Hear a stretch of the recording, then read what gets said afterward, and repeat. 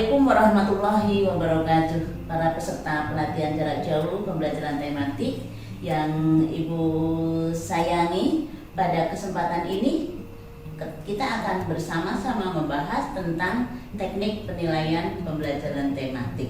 Adapun indikator pencapaian kompetensi yang akan kita capai bersama, yang pertama adalah Bapak Ibu mampu menjelaskan konsep dasar penilaian pembelajaran tematik terpadu. Yang kedua, Bapak dan Ibu bisa mengidentifikasi jenis penilaian dalam pelaksanaan pembelajaran tematik terpadu. Yang ketiga, Bapak Ibu mampu menyusun rubrik penilaian dalam pembelajaran tematik terpadu.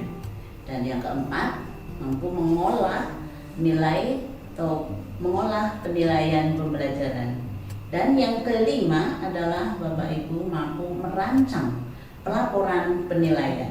Sebagaimana dalam proses pembelajaran kita selalu mengikuti alur atau skema berpikir yang diawali dari proses perencanaan yang perlu dilakukan oleh seorang guru sebelum melakukan proses pembelajaran, yakni merancang atau mendesain perencanaan pembelajaran. Dalam hal ini adalah merancang perencanaan pembelajaran tematik terpadu. Setelah merancang rencana pembelajaran tematik terpadu, kemudian Bapak Ibu melakukan proses pembelajaran atau melakukan aktivitas pembelajaran bersama peserta didik di dalam kelas.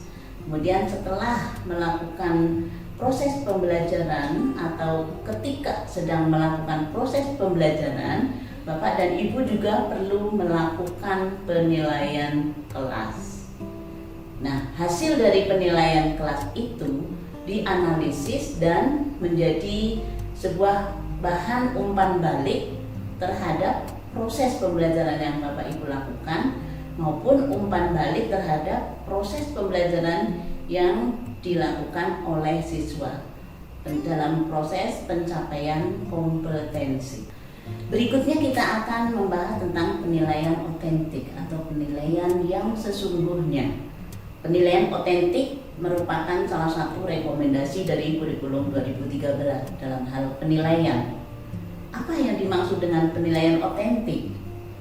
Didefinisikan bahwa penilaian otentik adalah merupakan penilaian kelas yang berbentuk kegiatan pendidik yang terkait dengan pengambilan keputusan terhadap pencapaian kompetensi yang dilakukan oleh peserta didik dalam proses pembelajaran tertentu. Pengumpulan atau pengambilan keputusan dari informasi yang dikumpulkan oleh pendidik merupakan proses menilai, dan dari hasil maupun proses belajar peserta didik yang berdasarkan tahapan belajarnya. Sekarang kita akan bahas tentang penilaian tematik. Pada prinsipnya, penilaian tematik tidak jauh berbeda dengan penilaian pada umumnya. Pada penilaian kelas didefinisikan sebagai kegiatan pendidik yang terkait dengan pengambilan keputusan terhadap pencapaian kompetensi atau hasil belajar beserta proses pembelajaran tertentu. Pada pembelajaran tematik, penilaian dilakukan sesuai pelaksanaan pembelajaran tematik. Namun, proses penyusunan kisi-kisi, instrumen penilaian, rubrik penilaian, dan analisis soal dikembalikan pada konten masing-masing mata pelajaran yang ditematikkan. Jenis penilaian dalam pembelajaran tematik meliputi 3 ranah.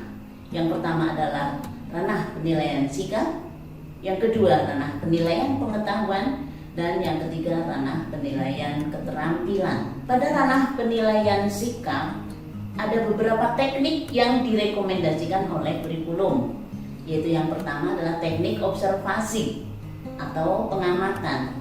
Guru melakukan pengamatan dan alat bantu atau instrumen yang digunakan adalah lembar pengamatan. Kemudian dalam penilaian sikap, selain lembar pengamatan atau selain teknik observasi, guru juga bisa melakukan catatan anekdotal.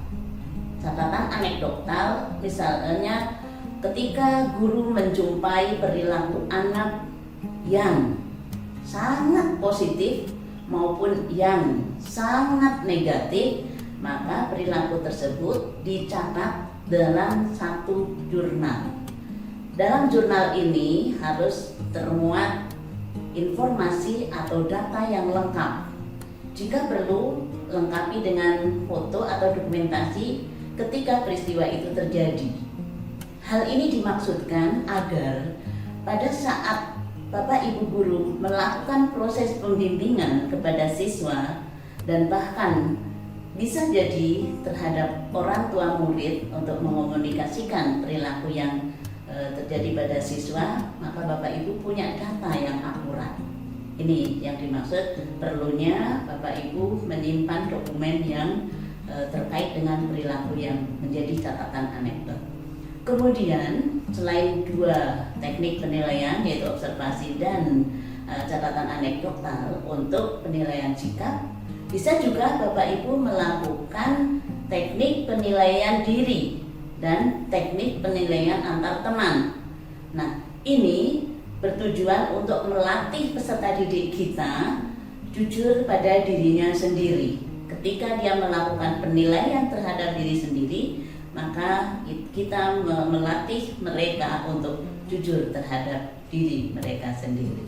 Kalau tadi kita membahas tentang teknik, sekarang kita akan lanjutkan pada objek sikap yang dinilai. Objek penilaian sikap yang menjadi sasaran guru antara lain berupa sikap siswa atau sikap peserta didik terhadap mata pelajaran.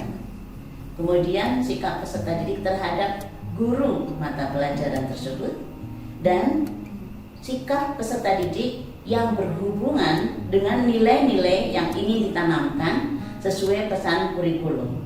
Contohnya misalnya sikap jujur, disiplin, peduli, santun, percaya diri, tanggung jawab, dan yang lainnya. Ranah yang kedua setelah penilaian sikap, kita juga perlu melakukan penilaian pengetahuan. Di dalam penilaian pengetahuan terbagi atas 3 jenis. Yang pertama adalah tes tertulis, yang kedua adalah tes lisan, dan yang ketiga adalah penugasan. Tes tertulis ini terdiri atas bentuk-bentuknya antara lain pilihan ganda atau multiple choice, kemudian uraian atau jawaban singkat, benar salah, dan menjodohkan. Inilah beberapa jenis atau beberapa bentuk penilaian tes tertulis untuk anak-anak madrasah ibtidaiyah atau khususnya pada pembelajaran tematik. Kita akan lanjutkan pada pembahasan tentang penilaian pengetahuan, khususnya pada tes tertulis. Sebelum Ibu dan Bapak membuat tes tertulis, tentu saja pastikan Bapak dan Ibu membuat kisi-kisi instrumen penilaian atau khususnya kisi-kisi soal. Kisi-kisi soal merupakan pedoman bagi guru dalam menyusun soal. Tujuannya adalah agar soal yang Bapak Ibu susun tidak keluar dari rambu-rambu atau dari kompetensi dasar yang menjadi tujuan pembelajaran. Berikut ini kita akan bahas tentang syarat kisi-kisi soal. Ada 3 sekurang-kurangnya, bahwa kisi-kisi soal pastikan mewakili isi kurikulum. Ya, jadi tidak boleh kisi-kisi soal lepas dari kurikulum. Kemudian yang kedua, komponennya terperinci. Yang dimaksud terperinci di sini jelas untuk kelas berapa, kemudian KD-nya yang mana, kemudian juga indikator soalnya seperti apa, dan bentuk soal, apakah bentuk pilihan ganda, uraian, ataukah pilihan ataukah benar salah maupun menjodohkan. Kemudian yang ketiga, pastikan kisi-kisi soal itu dapat dibuat soalnya sesuai indikator soal. Bapak Ibu bisa perhatikan di layar contoh kisi-kisi soal pembelajaran tematik. Yang membedakan kisi-kisi soal pembelajaran tematik dengan kisi-kisi soal pembelajaran yang lain adalah terletak pada mata pelajaran atau muatan pelajaran yang terdapat dalam kisi-kisi soal pembelajaran tematik. Kalau dalam kisi-kisi soal pembelajaran pada umumnya hanya satu mata pelajaran, tetapi dalam kisi-kisi soal pembelajaran tematik terdapat beberapa mata pelajaran yang sudah disatukan dalam tema. Contoh pada layar ini untuk mata pelajaran bahasa Indonesia untuk yang pertama. Dengan kompetensi dasar menggali informasi dari teks laporan buku tentang makanan kesehatan manusia, keseimbangan ekosistem serta alam dan pengaruh kegiatan manusia dengan bantuan pendidik dan teman dalam bahasa Indonesia lisan dan tertulis dengan memilih dan memilah kosakata.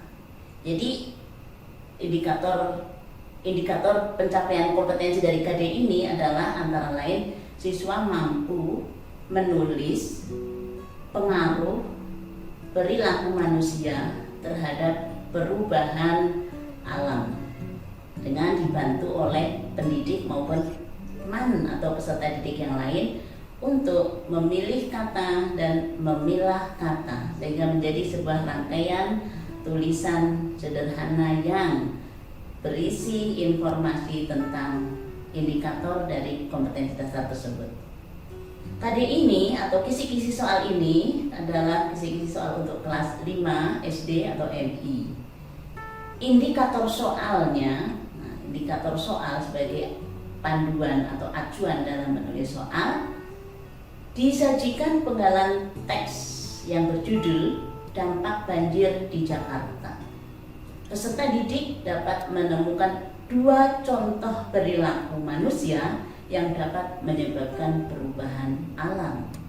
Kemudian bentuk soalnya adalah jawaban singkat atau uraian dan nomor soalnya adalah nomor soal nomor 1. Dari kisi-kisi soal yang sudah kita bahas tadi, maka kita akan mencoba membuat rubrik penilaian atau pedoman penilaian. Untuk indikator soal bahasa Indonesia yang sudah kita bahas tadi, perilaku manusia. Nah, ini rubrik penilaiannya. Jika siswa menjawab perilaku manusia yang bisa menyebabkan perubahan alam sesuai teks dampak banjir di Kota Jakarta, antara lain misalnya 1. Membuang sampah di sungai, 2. Membangun gedung tanpa resapan air. Nah, tentukan skornya. Misalnya skornya kita beri skor 2. 1 jika jawaban 1 benar, 2 jika 2 jawaban benar. Setelah kita membuat kisi-kisi soal, kemudian kita membuat rubrik penilaian, maka berikutnya adalah mengolah nilai. Jika soal yang kita buat sudah diujikan atau sudah diteskan kepada peserta didik kita, maka langkah berikutnya adalah mengolah nilai dari hasil tes yang sudah dilakukan oleh peserta didik. Untuk mengolah nilai, baik pada ranah sikap, pengetahuan, maupun keterampilan, kita harus mengacu pada pedoman penilaian. Pada pedoman penilaian dibahas adanya KKN, kemudian teknik penilaian, dan teknik mengelola penilaian sampai melaporkan. Kita tadi sudah membahas tentang ranah penilaian ranah sikap dan penilaian ranah pengetahuan. Sebagai ranah penilaian yang ketiga adalah penilaian keterampilan atau performance assessment. Pengertian dari penilaian keterampilan adalah sebuah penilaian yang meminta atau menampakkan peserta didik mendemonstrasikan dan mengaplikasikan pengetahuan ke dalam berbagai konteks sesuai dengan kriteria yang sudah ditentukan atau kriteria yang diinginkan. Tekniknya yang pertama adalah identifikasi semua langkah penting yang diperlukan. Yang kedua, tulis perilaku kemampuan spesifik yang penting. Dan yang ketiga, definisikan kriteria kemampuan yang akan diukur.